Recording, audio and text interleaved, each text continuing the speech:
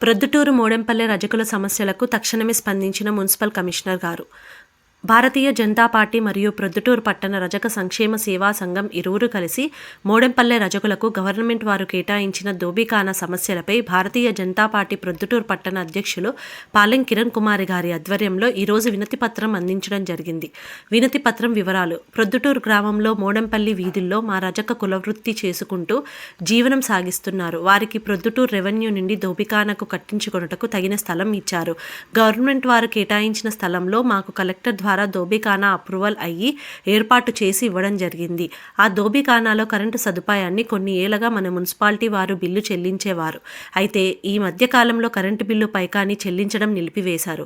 కావున రజక కుటుంబాలు జీవనోపాధి కోల్పోవడం జరిగింది. ఇలా పలు సమస్యలు లెటర్ పైన వ్రాసి ఇవ్వగా ప్రొద్దుటూరు మున్సిపల్ కమిషనర్ గారు వెంటనే కమిషనర్ గారు మున్సిపల్ ఇంజనీర్ గారికి ఫార్వర్డ్ చేసి తక్షణమే సమస్యలు పరిష్కరించమని చెప్పారు. ఈ కార్యక్రమంలో పాల్గొన్న వారు బీజేపీ పట్టణ అధ్యక్షులు పాలెం కిరణ్ కుమార్ గారు, రజకాభివృద్ధి సంస్థ కార్యదర్శి Pottipati Babu, BJP state council member Guruprasad, assembly co convener Gowrishankar, Ravi Shankar, Guru Rajesh, Modempalle వీర మహిళలు పాల్గొన్నారు.